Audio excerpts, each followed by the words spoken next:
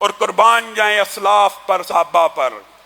امام ابن سیرین وہی جن کی تعبیر رویا آپ پڑھتے ہیں، اتنے خوبصورت تھے، اتنے دراز قد تھے، اتنے وجیح تھے، اتنے جلال والے تھے، اتنے روب والے تھے۔ صحیح سند میں آتا ہے جب بازار میں چل رہے ہوتے تھے نا وقار کے ساتھ، تو لوگ ان کے چہرے کو دیکھ کے کہتے تھے اللہ اکبر، اللہ اکبر۔ امام ابن سیرین جا رہا ہے، خوشبوئیں چل رہی ہیں، اتنا باروب اور جلالی انسان۔ طالب علم اس امام سے سوال کرتے ہوئے ڈرتے تھے۔ اپنی مسند حدیث پہ جب بیٹھتے تھے، سامنے بیٹھے ہوئے طالب علموں کی کیفیت یہ ہوتی تھی کہ کپ کپا رہے ہوتے تھے، بولنے کی جرت نہیں تھی ہوتی۔ ایک مرتبہ ایک طالب علم گھر میں گیا، کیا دیکھا؟ وہی امام ابن سیرین جس کے روب اور جلال کی کیفیت بازار میں یہ ہے، مسند حدیث پہ یہ ہے، اپنی بوڑھی ماں کے سامنے ایسے کھڑا ہے کہ دونوں کندھے جھکے ہوئے ہیں اور جسم کپ کپا رہا ہے کہ ماں کے کہیں توہین نہ ہو جائے اور ماں کوئی حکم دے اور تاخیر نہ ہو جائے۔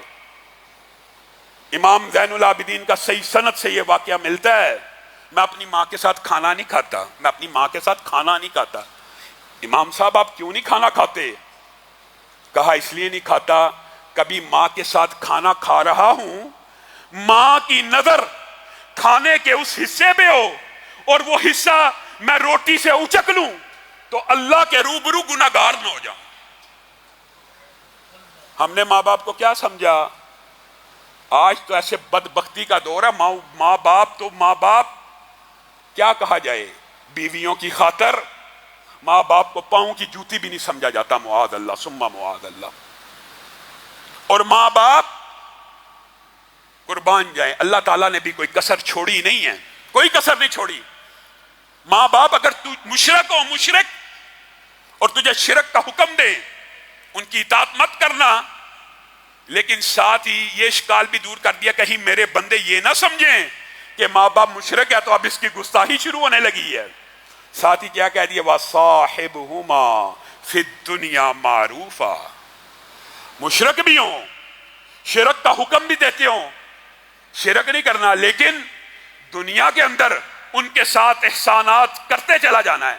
اس کی مثال قرآن پاک میں خود ایک عظیم الشان پیغمبر کی زندگی سے ملتی ہے۔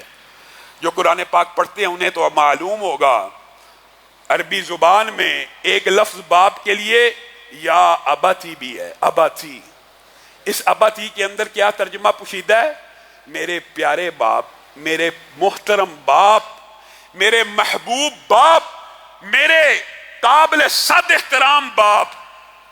ابراہیم کے والد آدر ہیں، بت گر ہیں، شرک کا حکم دینے والے ہیں۔ ابراہیم جواب میں باپ کو کیا کہہ رہے ہیں؟ یا اباتی، یا اباتی، یا اباتی۔ 4 جگہ ابراہیم نے اپنے باپ کو پکارا اور 4 مرتبہ کیا کہا؟ یا اباتی، اے میرے محبوب باپ، اے میرے قابل احترام باپ۔ اسماء بنت ابی بکر صلح حدیبیہ میں آپ کی والدہ نے اسلام کو قبول نہیں تھا کیا ہوا، والدہ مشرکہ تھی، آئیں رسول اللہ کی بارگاہ میں پیش ہو گئی، اے اللہ کے رسول والدہ ہے، مشرکہ ہے، کیا معاملہ کر رہے ہیں؟ نبی کریم صلی اللہ علیہ وسلم نے کہا احسان والا معاملہ کرنا ہے۔ مشرک والدہ کے ساتھ بھی معاملہ احسان والا ہونا ہے۔ تو جو والدہ مومنہ ہے، جو والدہ اللہ کو سجدہ کرنے والی ہے، اللہ کا کلمہ پڑھنے والی ہے، سبحان ربی الاعلیٰ کہنے والی ہے، سبحان ربی العظیم کہنے والی ہے، اس کا عزت و احترام کیا ہوگا؟ صحابہ نے پوچھ لیا، اے اللہ کے رسول بندوں میں سب سے زیادہ مجھ پہ حق رکھنے والا کون ہے؟ کہا تیری ماں۔ اے اللہ کے رسول پھر کہا تیری ماں۔ اے اللہ کے رسول پھر کہا تیری ماں۔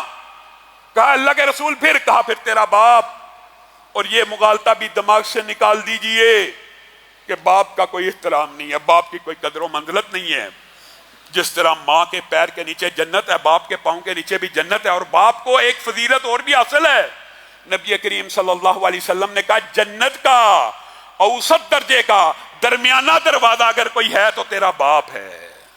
اب چاہے اس دروازے کو توڑ دے، چاہے اس دروازے سے جنت میں داخل ہو جا، باپ بھی جنت کا دروازہ ہے۔